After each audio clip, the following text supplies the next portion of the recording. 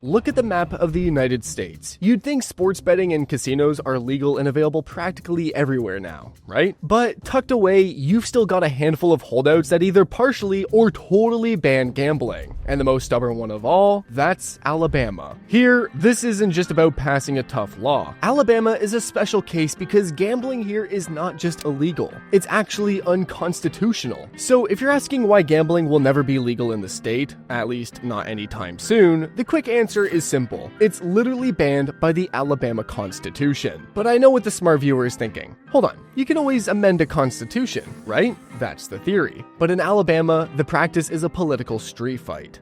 Alright, let's get into the DNA of the problem. If you want to understand why gambling will never be legal in Alabama, you have to start in 1901. The phrase you hear whispered around the State House is the 1901 Wall. It refers to the fundamental ban on gambling, established right there in the Alabama Constitution of 1901. Specifically, Article 4, Section 65, outright forbids games of chance in the state.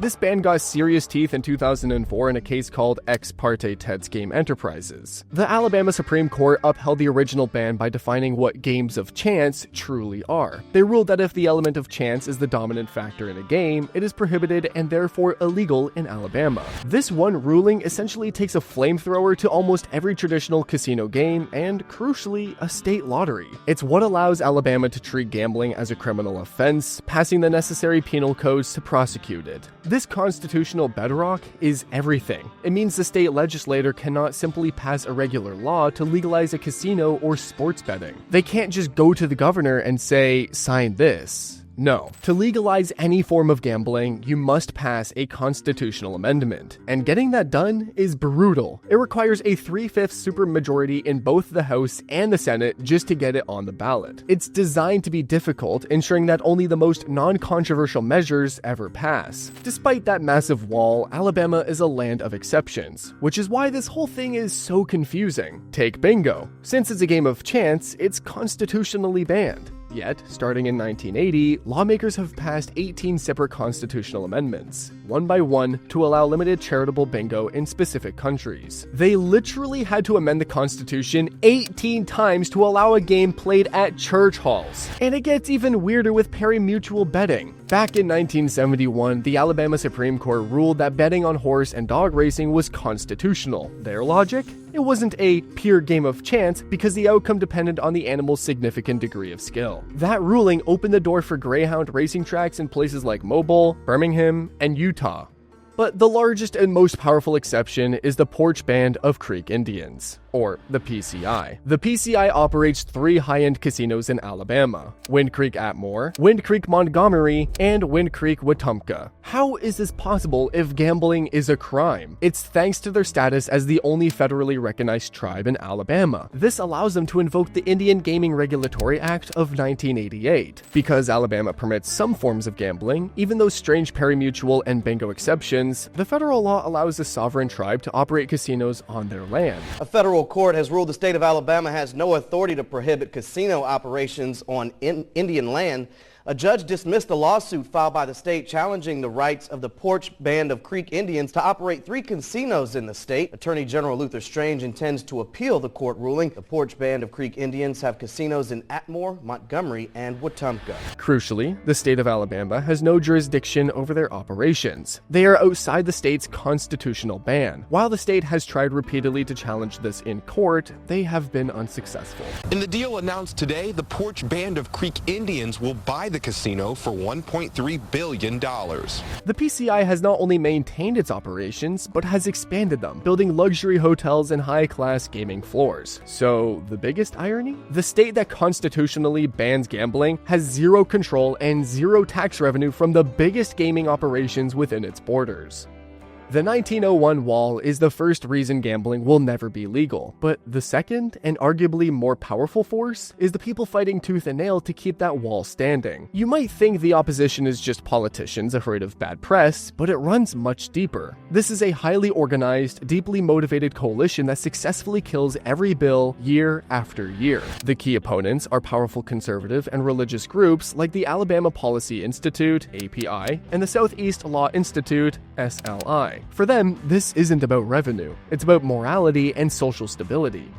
They argue that legalizing gambling is bad public policy, both fiscally and socially. Their core argument: lotteries and casinos are a regressive tax, meaning they disproportionately prey on the poor and those who can least afford the losses. They warn that the state, once addicted to this funding, is incentivized to create more problem gamblers just to keep the budget afloat. The API also brings in the social science. They warn that expanding gambling leads to higher rates of addiction, crime, corruption, and mental health issues. And their fear of online gambling is palpable. They caution that it would turn every smartphone and device in the state into a portable casino, making addiction easier and more accessible than ever. The SLI takes this one step further, actively campaigning not just to stop expansion, but to narrow the law by banning electronic bingo, calling them illegal slot machines that violate the criminal code.